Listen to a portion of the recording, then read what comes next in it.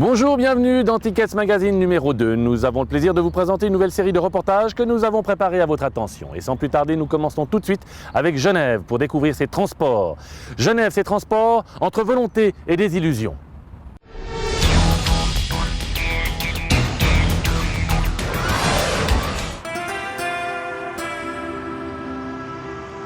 Voici Genève, située idylliquement entre le Jura et le Salève. Sa rade magnifique, son éternel jet d'eau maintes fois imité, mais jamais égalé, ses quais, ses promenades, et pour finir dans le cliché, ses banques et institutions financières à foison.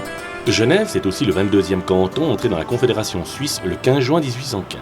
Chargée d'histoire au rayonnement mondial, la cité protestante a vu grandir et mûrir des hommes célèbres comme Jean Calvin, Jean-Jacques Rousseau, Henri Dunant et plus proche de nous, Michel Simon, l'une des rares gueules au talent unique qui aura marqué à jamais le 7e art. La Genève d'aujourd'hui, devenue un canton-ville peuplé de plus de 400 000 âmes, issues d'ici et d'ailleurs, n'en est pas moins confrontée aux maux des grandes villes. Il s'agit, bien évidemment, de la voiture et son cortège de bouchons interminables, de ses nuisances sonores, et sans oublier le déferlement inhérent de pollution, de plus en plus agressive. La vie économique genevoise est particulièrement séduisante. Pour preuve, un flot de pendulaires de Suisse romande et de France voisine déferle chaque jour un peu plus sur la cité, ce qui en fait bizarrement une sorte de petite métropole. Mais voilà, Genève n'est pas une métropole. Et les transports publics, me diriez-vous? Eh bien, ils sont là, sur pneus, sur rails ou sur les flots. Bien que de grands retards furent fâcheusement constatés ces 10 dernières années, la cité du célèbre salon de l'automobile a cependant sérieusement comblé ses lacunes avec une politique drastique que les Genevois ont curieusement épousée sans trop rechigner. La rédaction du Tickets Magazine cherche à faire le portrait d'un transport public d'un centre urbain conséquent et dynamique qui ne soit pas une métropole dont la démographie est en hausse et qu'il soit lié à de grands projets d'infrastructure dans les 10 prochaines années. Genève se plaçait là.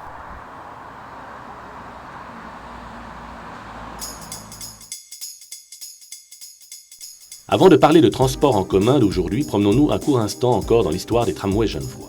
C'est en septembre 1833 déjà que les premiers essais sont effectués avec une voiture omnibus tractée par des chevaux. Avec ce service, c'est la première fois que l'on proposait aux citoyens genevois un transport en commun circulant dans les rues de la ville plusieurs fois par jour et à heure fixe. Puis, près de 30 ans plus tard, Genève voit arriver par décret spécial en 1862 la première ligne hippomobile dite chemin de fer américain à voie normale. Ce moyen de transport révolutionnaire de John Stephenson, irlandais émigré à New York, consistait à faire tracter des omnibus par les chevaux sur 2 rails d'acier fixés à même la chaussée. Ce premier tramway devait relier sur 2,5 km Genève à la ville voisine de Carouge. Du reste, ce tronçon allait préfigurer la fameuse ligne transversale numéro 12, toujours d'actualité.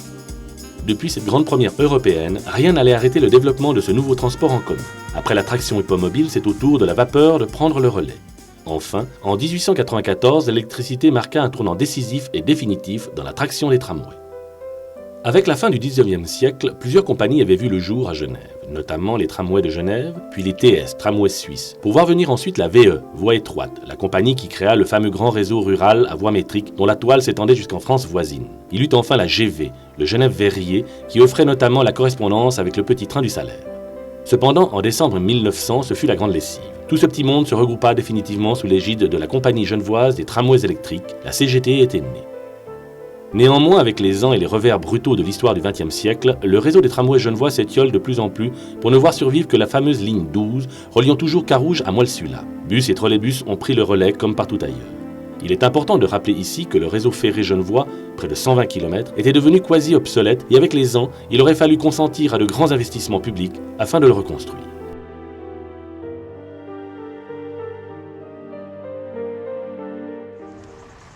C'est chose faite en août 1993. Les bulldozers du BTP éventent à nouveau les rues de la cité. Après moult combats politiques, les autorités cantonales et fédérales donnent enfin le feu vert pour la construction d'une nouvelle ligne de tramway, au cœur de Genève, reliant le centre-ville à la gare de Cornavin. En mai 1995, soit 26 ans après la suppression de la dernière ligne de tramway dite la Ceinture, la ligne 13 s'est lancée triomphalement en rive droite via le pont de la Coulouvrenière. Le tramway gagnait depuis enfin une première bataille sur la voiture. En décembre 2003, la population fut invitée à nouveau par les autorités du canton et de la ville de Genève à faire la fête à l'extension de la ligne 13, pourtant férocement combattue par certains lobbies. Ce jour-là, un drôle de carnaval a chassé les mauvaises humeurs liées au désagrément causé par les interminables travaux de terrassement vécus par les bordiers et les commerçants de la place de Cornavin et de la rue de Lausanne. En effet, la construction de cette extension pour certains fut un véritable calvaire. Du reste, Christian Farazzino, magistrat de la ville, en ce jour d'inauguration, s'explique sans embâche sur la suppression et la reconstruction inévitablement douloureuse du tram en ville. Genève est très en retard parce que si l'on prend que la Suisse, Bâle et Zurich sont largement en avance sur nous. Si l'on prend l'Europe, beaucoup de villes françaises, italiennes et allemandes sont très en avance sur nous. Et par conséquent, nous avons un grand retard à combler. Cela s'explique en fonction du fait qu'on a façonné l'urbanisation de notre ville, l'aménagement de Genève en fonction de la voiture. Imaginez-vous que la collectivité publique achetait des immeubles de qualité d'ailleurs du XVIIIe siècle pour les démolir afin d'élargir les chaussées destinées au passage des voitures. Mais vous prenez l'exemple de Paris, il a fallu attendre Delanoë et son élection pour qu'on ait enfin un maire courageux qui prend un certain nombre de décisions pour les couloirs de bus, parce que ça ne sert à rien de développer des transports publics s'ils n'ont pas la possibilité de rouler de manière efficace. S'ils sont pris dans des embouteillages, c'est pas très attractif d'inviter les gens à prendre le bus. Donc, faut-il encore s'en donner les moyens? Les médias suisses ont eu tendance à faire refléter la problématique de la durée, de la construction de ces grandes ambitions finalement. Si nous faisions une extension de cet ordre en périphérie à la campagne, ce serait beaucoup plus rapide. En milieu urbain, on travaille dans la dentelle parce qu'on doit laisser libre accès non seulement à tous les immeubles pour les gens qui y habitent, mais également à tous les commerces pour les gens qui y travaillent. Donc nous devons, et sans parler des problèmes de sécurité pour les ambulances et les voitures de pompiers, donc nous devons travailler tronçon par tronçon, et c'est vrai que c'est un travail qui est très délicat et qui a comme conséquence d'alourdir le chantier et d'en retarder son exécution.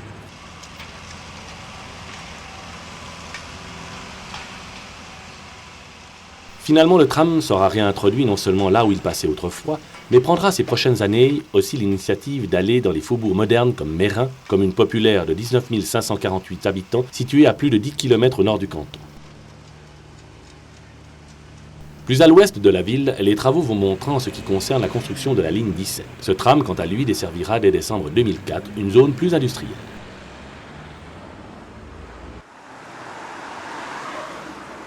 Pour le reste, la toile du réseau des transports urbains et suburbains de Genève se présente sous la dénomination de Constellation, avec 3 pôles d'échange au centre-ville. Près de 55 lignes animent cette toile, dont 5 sortent des frontières helvétiques. On peut noter que ce réseau a considérablement évolué durant ces 10 dernières années. À l'origine, l'ancien réseau de la CGTE proposait un réseau structuré de lignes essentiellement radiales, ce qui a eu pour difficulté une difficile évolution envers les réalités démographiques du canton. Aujourd'hui, en guise de garde-fou, une loi oblige les transports publics à devoir desservir au maximum 300 mètres toute zone d'habitation digne de ce nom.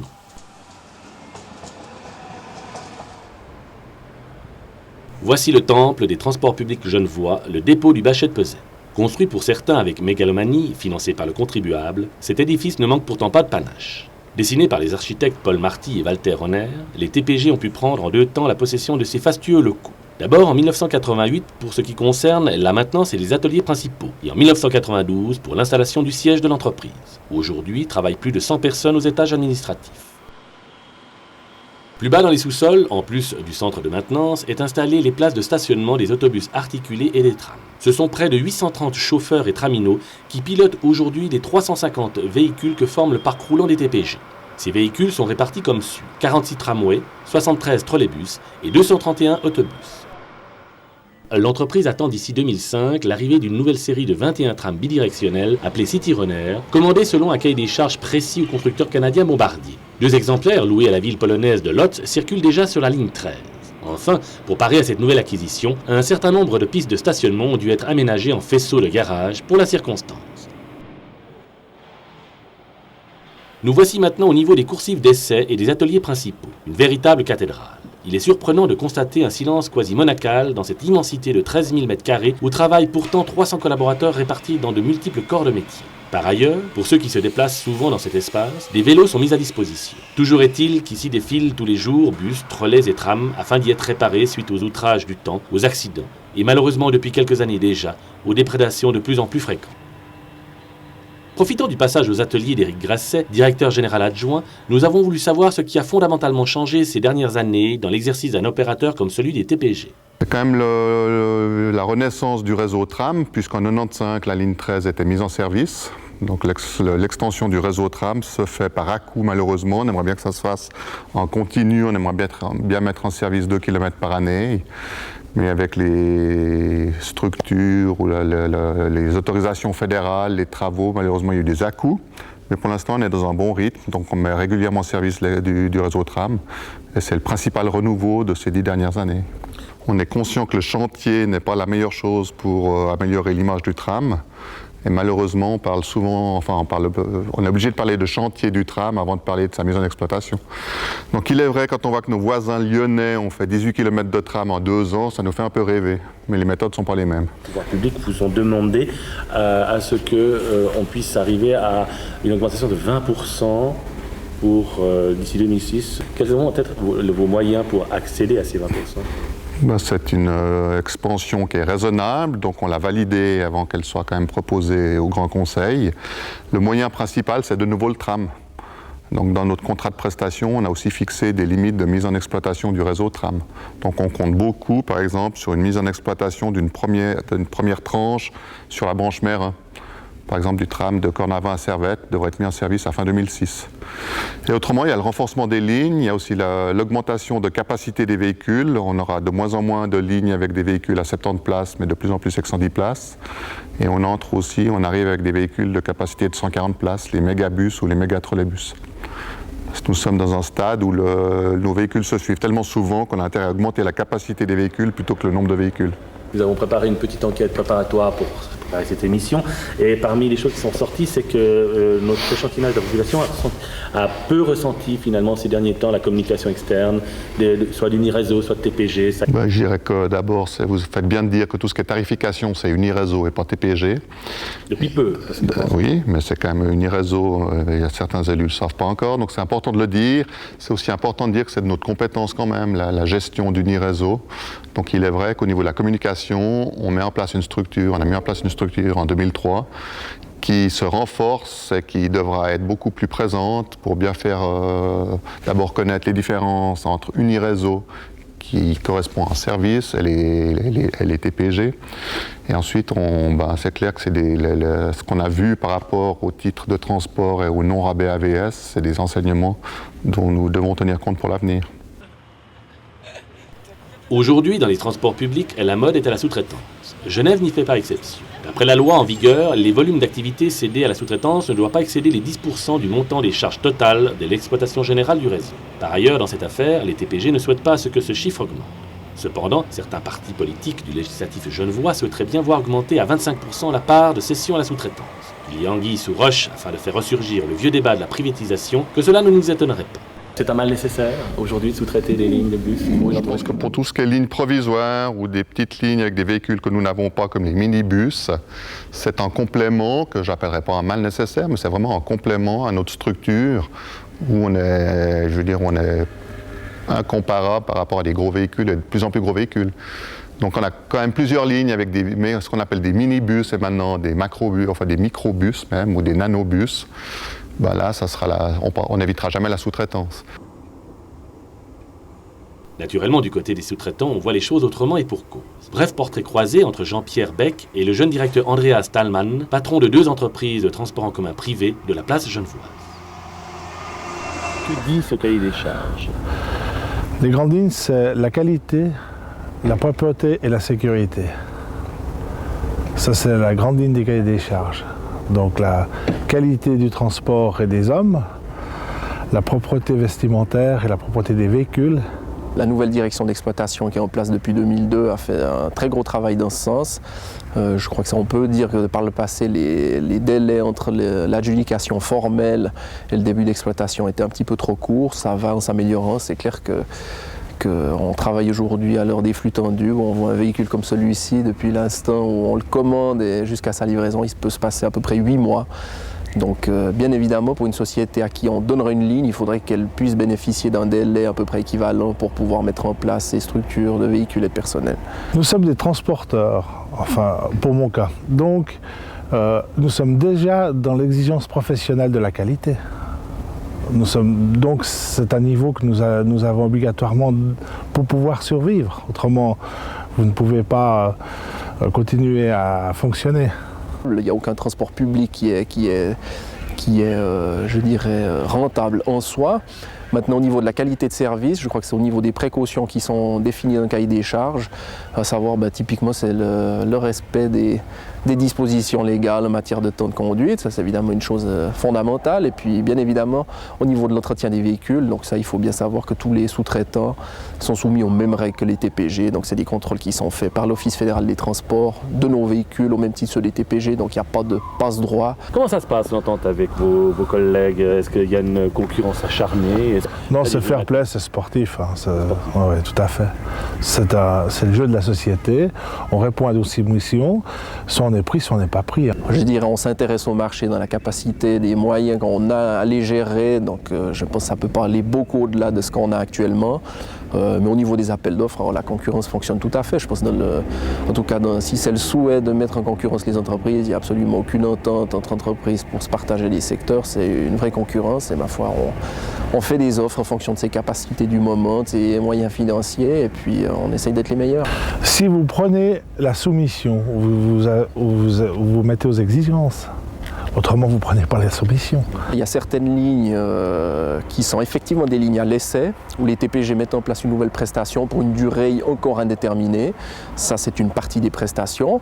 Il y a bien évidemment beaucoup de lignes régionales, où là, je dirais, les prestations effectuées sont de plus faible amplitude. Là, je pense au niveau des montants annuels demandés. Et puis, il y a tous les services que je dirais les chauffeurs TPG n'ont pas vraiment envie de faire. Donc il y a aussi des conflits internes au TPG, c'est pas des conflits, mais enfin des revendications syndicales pour que tel et tel service ne soit pas effectué par les chauffeurs TPG. Je pense en particulier aux lignes Noctambus. Je dirais c'est pas simplement sous-traité parce qu'on a envie de les sous-traiter, c'est aussi des prestations que certains chauffeurs au sein des TPG refusent de faire. Comme on peut l'entendre, si la sous-traitance paraît bien structurée et contrôlée, il n'empêche que l'exercice reste fragile. Par ailleurs, qu'adviendra-t-il si le marché s'ouvre à 25%? Réponse peut-être dans un prochain numéro. Ce n'est pas tout de prendre un bus. Il faut préalablement s'acquitter d'un titre de transport. À Genève, c'est le gouvernement cantonal qui décide s'il y a lieu ou non d'augmenter les tarifs des transports publics. Souvent, cette prise de décision s'effectue à la demande pressante des TPG. Réunis depuis peu sous la communauté tarifaire d'Uniréseau, la tarification englobe aujourd'hui l'ensemble des opérateurs de transport de la région que sont les CFF régionales, les TPG et les fameuses mouettes genevoises. En début 2004 est intervenue une hausse dans les titres de transport, la première depuis 1995. Cette décision annoncée depuis quelques mois déjà n'a pas manqué de provoquer un tollé dans la population, surtout chez les aînés. En effet, le tarif préférentiel pour les retraités, spécialité toute genevoise, fut purement et simplement supprimé à la demande des CFF qui n'avaient jamais reconnu ce genre de réduction. L'association fêtière des retraités, la Vivo, ne décolère plus depuis. Surtout quand il entend dans la bouche même du directeur général des TPG, Christophe Stucki, que cette petite augmentation n'est que psychologique. Effectivement, un tel doigté en matière de communication, ça laisse plutôt songeur. Mais la réponse du berger à la bergère ne s'est pas fait attendre. Les aînés n'ont pas hésité à braver leur retenue habituelle pour descendre manifester dans la rue. 100, 200, peut-être 300 retraités ont scandé leur colère vis-à-vis des autorités et des dirigeants des transports publics. Voilà un bel exemple démocratique.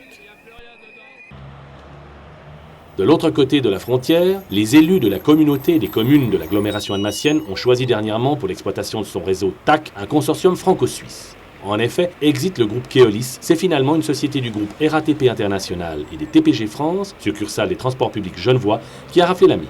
Est-ce la proximité de l'un des partenaires qui a fait la différence? Quoi qu'il en soit, l'énergie nouvellement arrivée au sein des TAC n'a pas manqué d'audace. Conscients des changements dans le mode de mobilité, les communes propriétaires du réseau n'ont pas attendu pour partir à l'assaut du territoire helvétique avec 2 lignes transfrontalières. Bien que la partie suisse soit financièrement prise en charge uniquement par le canton de Genève, l'intermodalité est aujourd'hui chose concrète entre les deux pays.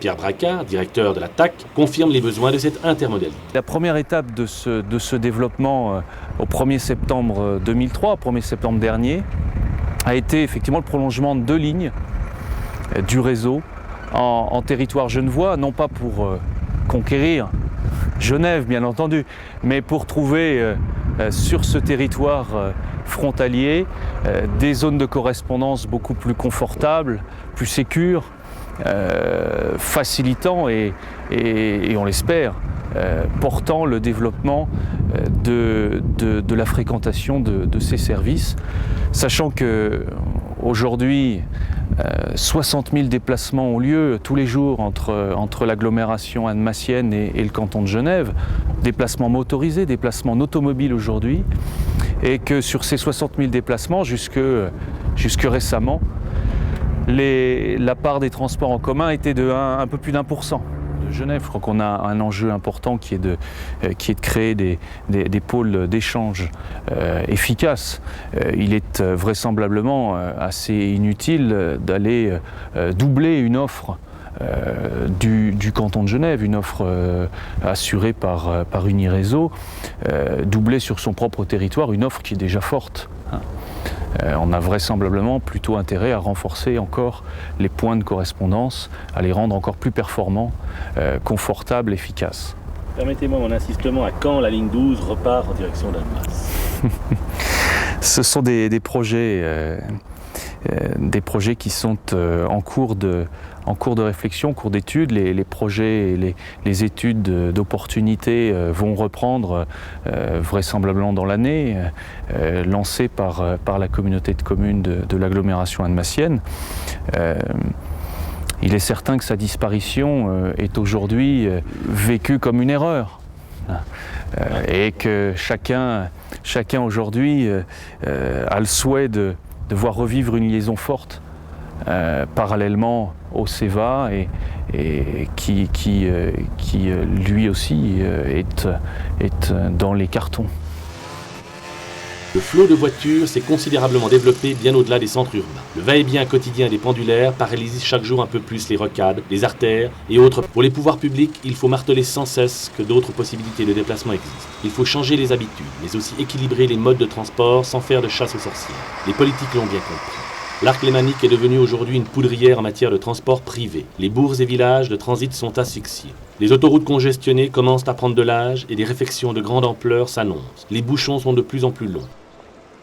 Si les transports publics veulent gagner la bataille, leur seul salut est de proposer une nouvelle dynamique avec des prestations renforcées et adéquates, je dirais même presque du sur-mesure. On doit considérer aujourd'hui que Genève est une agglomération de plus de 900 000 personnes et qui demain, c'est-à-dire à l'horizon 2015, aura à peu près 1 100 000 personnes. Donc nous sommes réellement une agglomération qui comporte bien sûr la ville de Genève, mais aussi toutes les communes suburbaines, toutes ces villes que sont Meyrin, Vernier et toutes les autres que nous avons dans ce canton, mais également une agglomération qui va jusqu'à Annecy, mais également une agglomération qui va jusqu'à Bellegarde ou Thonon ou Évian. Et c'est dans cette communauté que les gens travaillent, que les gens se déplacent aussi pour commercer, que les gens se déplacent pour leurs loisirs. Il est fréquent que quelqu'un vienne d'Annecy pour aller au théâtre à Genève. Il est fréquent que les Genevois aillent faire leurs courses en France, etc. Donc nous devons réellement organiser la mobilité dans ce rayon de 40 km autour de Genève. Le transport public représente une réponse au problème des pendulaires. Les embouteillages, chacun le sait, c'est le matin, c'est le soir, et il est impératif que nous fassions en sorte que les pendulaires, les gens qui vont travailler, aient une alternative à la voiture. Et c'est dans ce sens que va tout le développement des transports publics. C'est d'une part essayer d'aller chercher les gens chez eux, ou le plus près possible de chez eux, lorsque c'est possible. Lorsque ce n'est pas possible, c'est en tout cas d'installer des parkings d'échange à l'entrée de la ville, et à partir de là, avoir un système de transport public extrêmement performant qui prenne les gens depuis ces parkings d'échange pour les amener à leur place de travail. Je crois qu'on ne doit pas s'inscrire dans une perspective de guerre entre la voiture, les transports publics, les cyclistes et les piétons. Il y a dans l'organisation des transports une complémentarité que l'on doit chercher. Et autant il est totalement évident qu'on doit privilégier le transport public lorsque l'on se trouve au centre-ville, parce que c'est la seule possibilité de transporter chacun, autant il est certain que la collectivité publique ne pourra jamais garantir que dans le village le plus isolé, on va avoir des transports publics performants, parce que tout simplement c'est trop anti-économique et ce n'est pas possible. Donc il y a une complémentarité. La complémentarité, c'est qu'il y a des bons usages de la voiture et il y en a des mauvais. Et au fond, tout notre travail, c'est d'essayer d'inciter à ces bons usages, c'est-à-dire ces usages qui permettent la fluidité du trafic pour chacun, qui permettent aussi, et c'est très important à mes yeux, de réduire les nuisances environnementales, de réduire les nuisances de bruit, de réduire les nuisances de pollution de l'air. Mais tout cela est possible pour autant que l'on se montre un petit peu respectueux des uns et des autres, et que autant on doit admettre que la voiture est effectivement nécessaire, voire indispensable dans certains cas, autant dans d'autres cas, c'est le plus mauvais moyen de transport et il s'agit de ne pas l'utiliser. Chose pourtant possible à découvrir avec notamment l'ouverture en décembre 2004 de la 3e voie des CFF entre Coppet et Genève, financée dans le cadre de Rail 2000 première étape. Un chantier titanesque de 300 millions de francs va permettre de fournir de nouvelles fréquences et de nouvelles capacités en matière de trains régionaux et de grandes lignes. Les CFF pourront dorénavant proposer une cadence à la demi-heure avec certains trains qui filent déjà au-delà de Cornavin pour gagner la rive gauche genevoise. Elle va permettre de séparer le trafic régional du trafic de longue distance, c'est-à-dire que les trains régionaux circuleront à la demi-heure sur leur propre voie, la voie lac. Ici à Creux-de-Gentot, c'est l'exception, les trains vont pouvoir se croiser, c'est la raison pour laquelle nous avons 4 voies à Creux-de-Gentot, mais donc ces trains régionaux circuleront en site propre. Le vœu des collectivités et des CFF est de transférer encore davantage de pendulaires de la route au rail. Et pour cela, il ne suffit pas, je pense, de créer des relations ou d'étoffer notre horaire et de créer de nouvelles relations, de nouveaux trains, disons. Il faut également offrir aux automobilistes la possibilité de se parquer, et ça, nous l'avons bien compris. La première pierre de cette réalisation, c'est la 3e voie Coppet-Genève, mais il est évident que nous voyons à long terme dans le projet CEVA, donc Cornavin, Eaux-Vives, Annemasse, dans une extension du RER Les Maniques en direction de Lausanne, dans la revitalisation de la ligne du Tonkin également. CEVA, me disiez-vous, magnifique serpent de mer, de lac, qui fait tourner la tête à plus d'un Genevois. Replaçons-le dans son contexte. 1912, la Confédération suisse, les CFF et le canton de Genève signent une convention afin de faire relier le chemin de fer de la rive droite du canton pour se connecter au réseau du PLM qui vient de construire depuis sa ligne secondaire Bellegarde-Évian une petite pénétrante d'Annemasse à la gare des Eaux-Vives. Genève avait toujours prévu dans son aménagement urbain la possibilité de voir venir la voie à travers les quartiers concernés. Cependant, les années passent et rien ne se fait. La gare des Eaux-Vives restera un éternel cul-de-sac ferroviaire français. Le projet actuel CEVA, Cornavin, Eaux-Vives, Annemasse, repose sur cette convention de 1912 signée par la Confédération, les CFF et le canton, qu'elle a été réactualisée en 2002 avec un protocole d'accord qui a redéfini l'ensemble des obligations des 3 partenaires, à savoir la Confédération, le canton et les CFF, pour la réalisation du complément qui n'a pas été réalisé dans le cadre de la convention de 1912, à savoir la liaison entre l'endroit où nous sommes ici, c'est-à-dire la Praille, et les Eaux-Vives. Les gens ont besoin de cet ouvrage pour pouvoir se déplacer. C'est un outil, une infrastructure qui va permettre de relier à la fois des gens qui habitent sur le canton de Genève, mais des gens qui vivent en France voisine, des gens qui habitent sur le canton de Vaud. Ce qu'il faut dire également, c'est que Genève est très mal dotée en ce qui concerne les infrastructures ferroviaires sur tout ce qui est rive gauche. Je dirais qu'à Genève, nous avons un point faible, et très faible par rapport à beaucoup d'autres agglomérations, c'est qu'il nous manque un réseau RER. Je vous ai parlé tout à l'heure d'une agglomération qui s'étend sur un rayon de 40 km autour de Genève.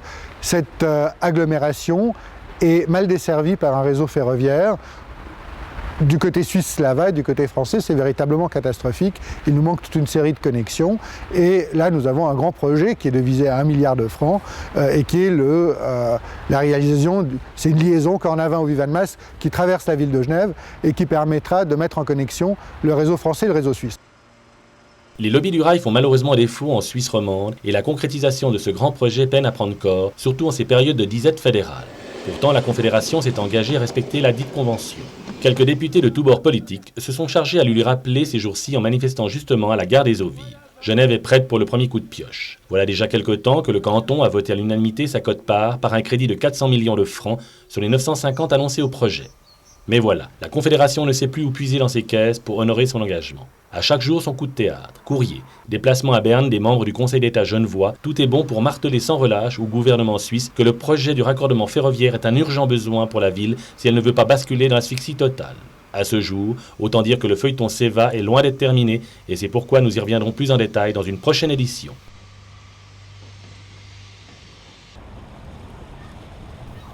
Il fait bon vivre à Genève. Dès que le soleil pointe son premier rayon devant le puissant panache du jet d'eau, il faut impérativement sauter dans une de ces petites mouettes genevoises aux couleurs du canton et qui vous offre instantanément quelques heures de vacances. Comme nous vous le disions, ce transport par les flots est devenu transport public. Partenaire d'Uniréseau, tous les titulaires d'abonnement ou d'un titre de transport ad hoc peuvent emprunter ces bateaux le plus simplement du monde. D'ailleurs, 2 événements importants viennent de s'ajouter au quotidien plutôt agréable de cette flottille. Premièrement, une nouvelle embarcation à l'énergie solaire a pris peu son service dans la rade. Pouvant naviguer à 13 km/h, ce bateau ultramoderne vous emmène par n'importe quel temps à bon port. Deuxièmement, comme les trams et les bus, depuis janvier 2004, ces embarcations lacustres naviguent durant toute l'année. Propriété des Charrières, père et fils, cette petite affaire familiale a tendance à montrer sérieusement la direction à suivre dans l'esprit d'entreprise. Quant à nous, nous suivons aussi l'horizon. D'autres sujets nous y attendent.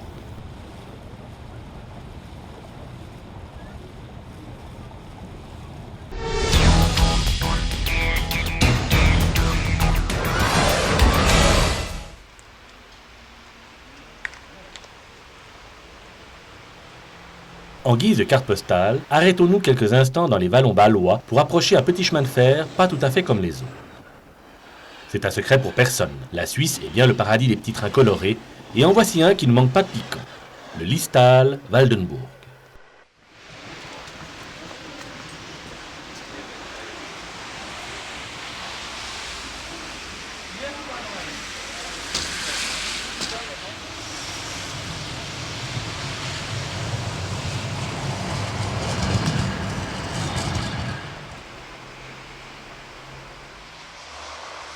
Si aujourd'hui les convois roulent à bonne allure dans la poudreuse, il est intéressant de noter que ce réseau ferré régional voyageurs, inauguré en novembre 1880, est le seul en terre helvétique à bénéficier d'une voie dont l'écartement est de 75 cm.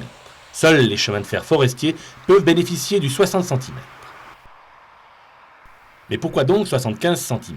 Eh bien cette mesure fut retenue dans le projet pour insérer au mieux la voie dans la chaussée.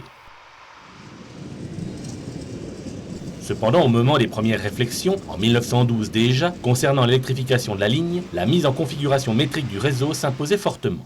Ceci dit, les années passent et en 1953, on électrifie enfin la ligne. Quant à l'écartement métrique, le projet tombe définitivement aux oubliettes. Le Liestal-Waldenburg restera à 75 cm. Aujourd'hui, rescapés des heures difficiles, les 80 navettes journalières en semaine tracent la ligne toujours à l'heure. En moyenne, chaque année, le VB assure, avec ses 25 collaborateurs, le transport de 5000 voyageurs au quotidien. N'est-ce pas là le signe de bonne santé pour un petit chemin de fer qui fait partie du club très sélect des merles blancs, qui signifie que malgré les difficultés, la compagnie a toujours su faire face à ses obligations financières.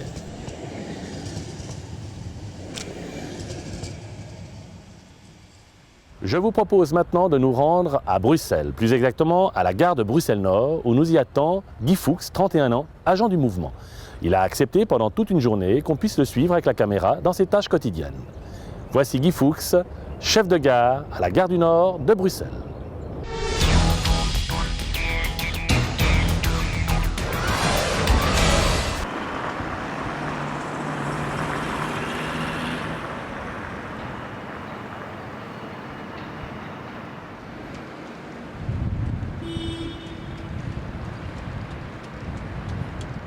Je vous propose de découvrir dans temps réel un morceau de vie choisi dans l'une des nombreuses professions qui font que les transports en commun existent.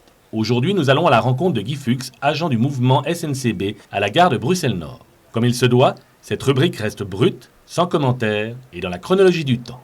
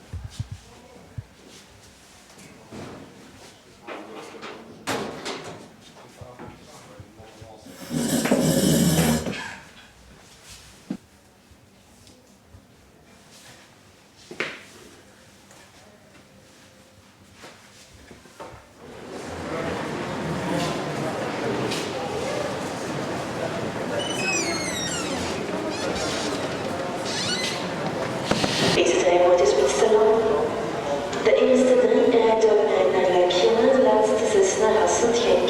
Voici stabilisé dans le véhicule Genk.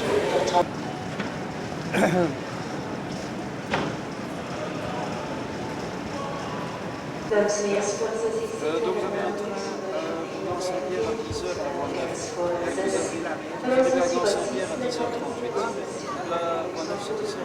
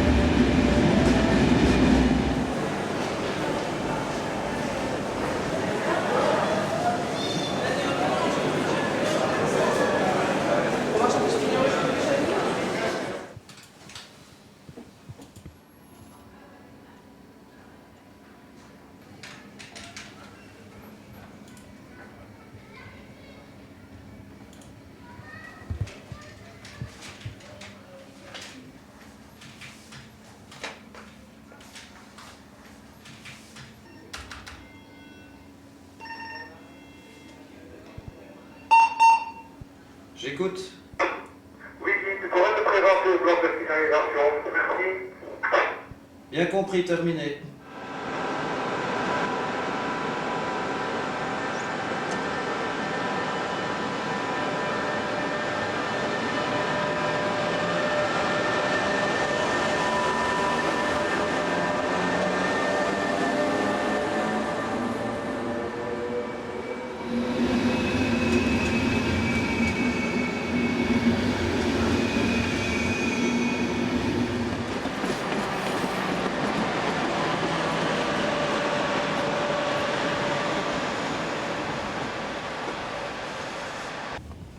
Dames en heren, spoor 7, de Eurocity-trein Iris met bestemming Luxemburg, Basel en Goor van 12:23 komt binnen enkele ogenblikken aan. Spoor 7. We wensen u een aangename reis. Mesdames et messieurs, voici le train Eurocity Iris à destination de Luxembourg. Bâle et Coire, de 12h23 arrivera dans quelques instants. Voici. Nous vous souhaitons un agréable voyage.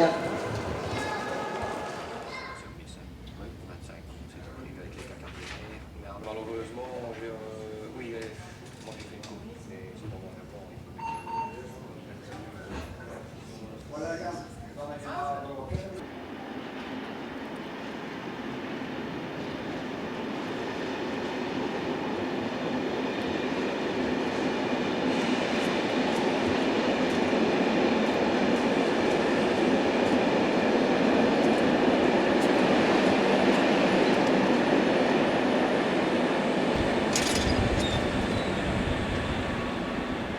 Pour la vérification de l'armoire à thé rouge, ici les S422 sont complets, la pancarte est complète aussi.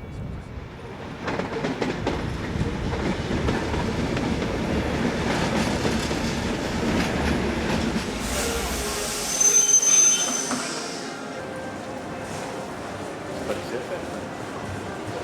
Ah non, c'est le changé. Ça serait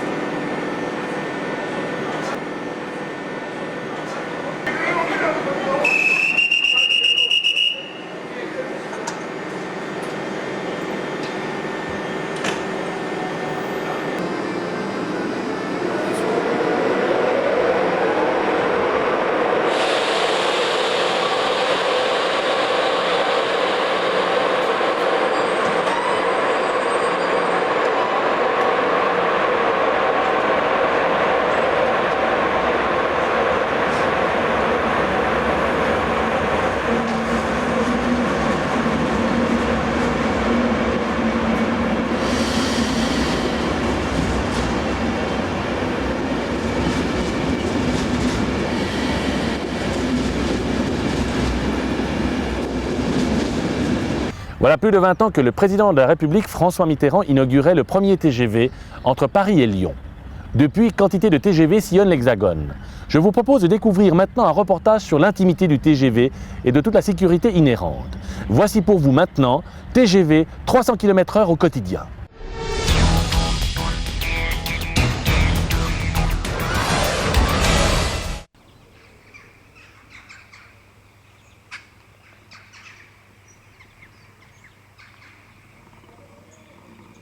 Sillonne voilà maintenant plus de 20 ans quotidiennement le territoire français, l'une des plus belles success stories en matière de progrès technologique. Et quand on dit sillonner, excusez du peu, nous devrions dire plutôt tracer le territoire. En effet, qui aurait imaginé un instant qu'un jet de pierre de l'un des monuments de France les plus précieux puisse toiser cette autre merveille? L'abbaye de Cluny, fondée en l'an 910 par le duc Guillaume d'Aquitaine, située aux confins du Mâconnais, a la surprenante caractéristique de voir passer devant ses clochers millénaires de drôles de flèches bleues et argent qui filent à folle vitesse en direction du nord ou du sud. C'est un peu la grande histoire de France qui se croise avec respect maintes fois par jour à 300 km/h.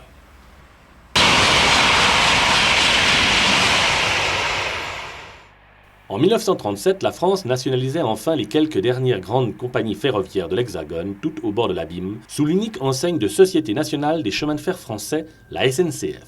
De ce réseau imposant, dans les années 70, de gros soucis s'annonçaient à nouveau, mais cette fois-ci du côté de la colonne vertébrale de celle-ci. En effet, la relation Paris-Lyon allait se trouver de plus en plus saturée. Cette situation devenait ubuesque pour les régulateurs des trains voyageurs comme ceux des marchandises. Par ailleurs, face à cette évidence, en haut lieu, ça toussait sec. Sans parler de l'entretien des infrastructures dont les coûts prenaient l'ascenseur année après année, dû à la densité sans relâche du trafic sur la ligne. Fallait-il bien faire quelque chose, mais quoi? Doubler la ligne conventionnelle à 4 voies? Pas folichonne l'idée. Alors pourquoi pas recourir à la construction d'une nouvelle ligne où les trains pourraient rouler à plus de 250 km/h? Et c'est comme ça que certains ingénieurs géniaux de la SNCF, tels que Metzler, Alias et Dupuis, se sont mis à rêver avec leurs équipes à un Tokaido qui pourrait par exemple franchir à vive allure, comme un toboggan, les vallons du Morvan. Le plus génial dans tout ça, c'est qu'ils ont eu l'autorisation de le faire et surtout de bien transcrire ces noir sur blanc.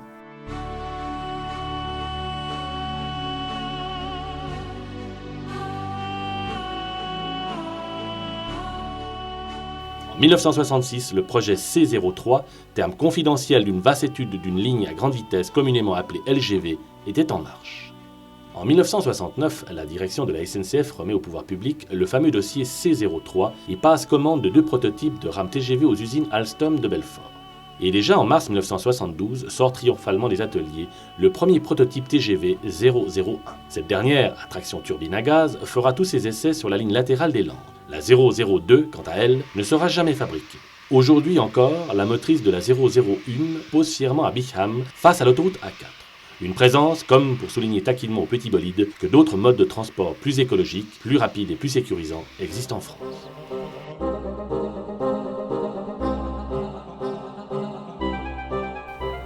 Au début, dans l'esprit de l'équipe des bureaux de recherche de la SNCF, le projet consistait à faire rouler des rames articulées sur une ligne ferroviaire la moins accidentée possible pour atteindre des vitesses de croisière de 240-250 km/h d'un bout à l'autre de la ligne. En 1974, l'accord de principe est donné au projet concernant la construction d'une première ligne à grande vitesse entre Lyon et Paris. Mais, subitement, le premier choc pétrolier frappe les ardeurs et changera quelque peu la donne au plan d'origine. C'est finalement après un conseil interministériel consacré à la crise de l'énergie que le gouvernement autorisera enfin cette fameuse construction de ligne LGV, mais recommandera fermement la SNCF à ce qu'elle soit à traction électrique. La messe était dite. Il faut savoir aussi pour la petite histoire que le projet fut minutieusement préparé afin qu'il puisse passer comme lettre à la poste aux différents stades des arcanes du pouvoir. Ce ne fut pourtant pas chose facile, surtout quand un certain Valéry Giscard d'Estaing, alors ministre des Finances, était farouchement opposé au projet. Cependant, l'entêtement peut parfois porter ses fruits, et rien ne fut donc laissé au hasard lors de la réunion décisive avec le président Pompidou où, en toute fin d'une longue séance sur l'adoption ou non de grands projets sur l'aménagement du territoire, le projet du TGV était frappé en quelques minutes du paraphe présidentiel.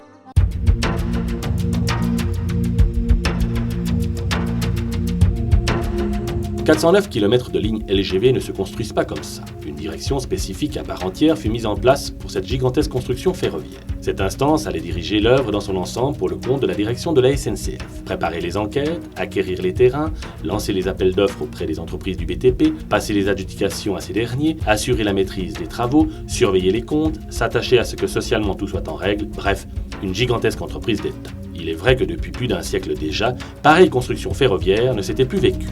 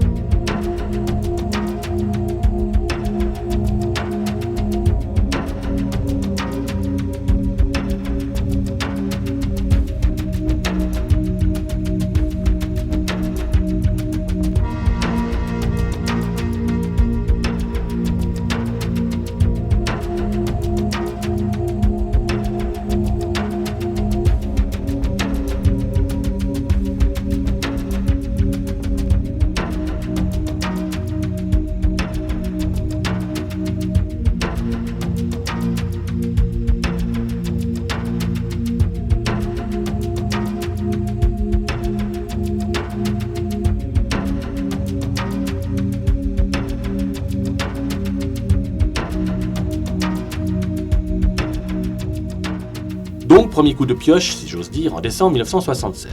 Fin des travaux de la première partie de la LGV PSE Saint-Florentin-Sathonay, juste avant l'ouverture commerciale en septembre 1981.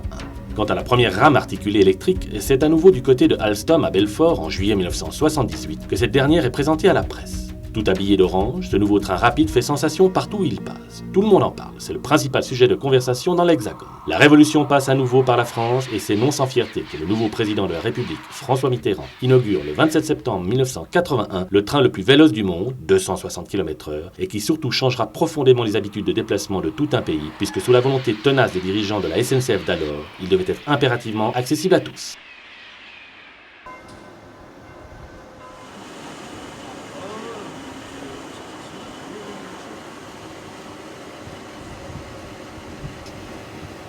Plus de 20 ans maintenant se sont écoulés depuis le départ des premières rames commerciales en direction du sud-est de la France, Lyon, Dijon, Saint-Étienne, Genève. Par ailleurs, il est un secret pour personne aujourd'hui de savoir que le TGV n'a jamais déçu ses concepteurs et que commercialement le succès fut tel que le remboursement des crédits de la première ligne LGV fut quasiment réglé en 10 ans. Dans la foulée, avec les années qui suivirent, il fut possible d'étoffer conséquemment l'offre TGV, grâce notamment à la finition de la ligne LGV. De multiples et nouvelles destinations ont pu depuis être ainsi affichées à l'horaire.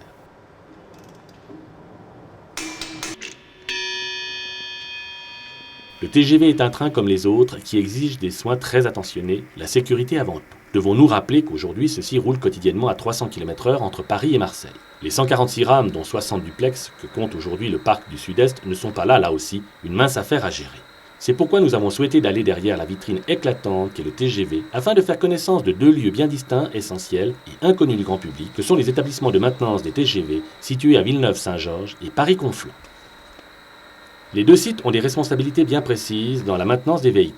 Commençons donc par celui de Villeneuve où se trouve la maintenance lourde. C'est ici que, par exemple, l'on procède en fosse au changement des roues fortement mises à contribution dues aux vitesses élevées lors de leur exploitation. Il y a aussi des moteurs dont il faut s'occuper. Par ailleurs, le site bénéficie d'infrastructures opérationnelles de pointe, notamment des élévateurs qui permettent des levages synchronisés de rames entières pour le changement des bogies complets, gain de temps imparable, car justement le temps est constamment compté aux IEM de Villeneuve. Le patron de l'établissement est content que lorsqu'il peut voir le fond de ses halles. Cette vision lui prouve que les trains sont en ligne ou disponibles pour le roulement. Efficacité.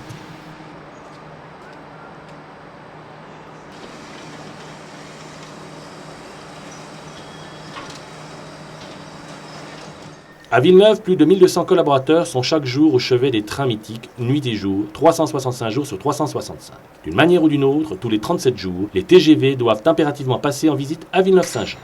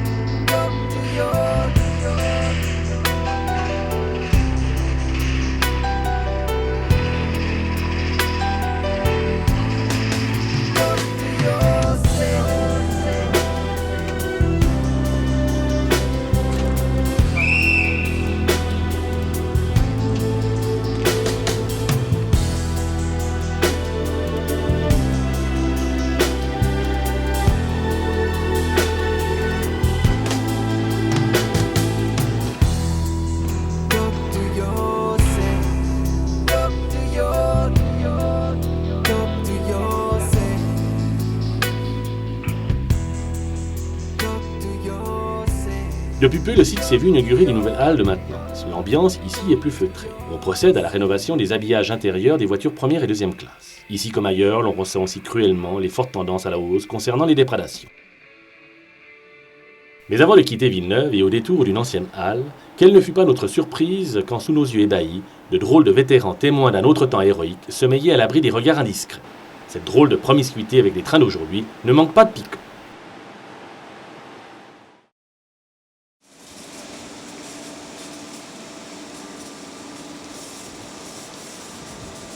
Paris-Conflans est l'autre unité de maintenance. Proche de la gare de Lyon, c'est ici que l'on prépare les trains au service. Lavés à grand jet, puis pris en main par une société extérieure à la SNCF, les TGV sont bichonnés avant d'être remisés à nouveau au faisceau de parking, prêts pour un nouveau service dans la journée.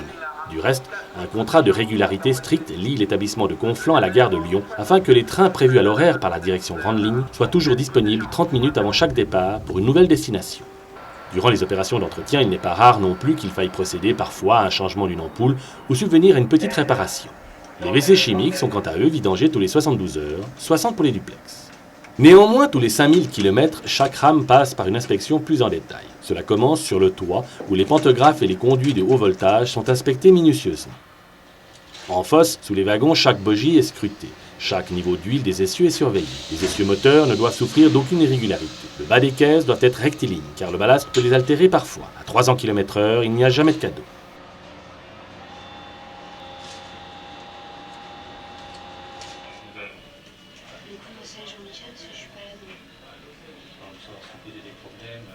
On peut découvrir en plus à Paris-Conflans un centre de régulation d'aiguillage où il y règne une concentration studieuse. On imagine aisément qu'une seule petite inattention et le drame peut surgir. La commande des faisceaux est faite depuis ces tableaux lumineux et depuis, surtout par de puissants ordinateurs. Chacun ici connaît sa responsabilité.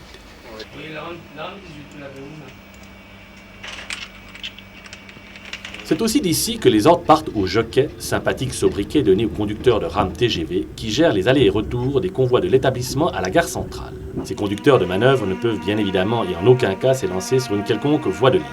Le chemin de fer menant au quai de la gare de Lyon s'effectue presque au pas, 30 km/h maximum.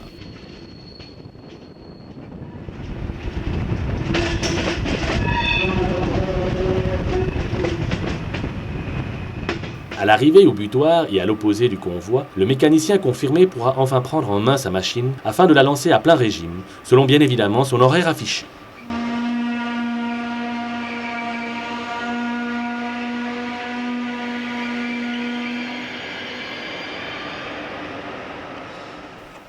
Mais avant juste de laisser partir notre convoi, faisons un discret passage au sein des seins de l'aventure du TGV. Le bar appel mécanicien du train 6119 à toi. Nous voici dans un endroit top secret niché à quelque part dans Paris. Surnommé le Par, ce haut lieu est le headquarter de LGV, une vraie tour de contrôle. Toute circulation des trains sur la ligne à grande vitesse sont suivies seconde par seconde. Une équipe de professionnels aidés d'ordinateurs et de gigantesques tableaux signalétiques intégrant la ligne dans son ensemble veille constamment à la sécurité du roulement. Il est évident que, vu la vitesse empruntée par les convois, toute signalisation extérieure devenait inutile. Donc, le destin des pilotes et des voyageurs est constamment dans les mains de ces agents responsables.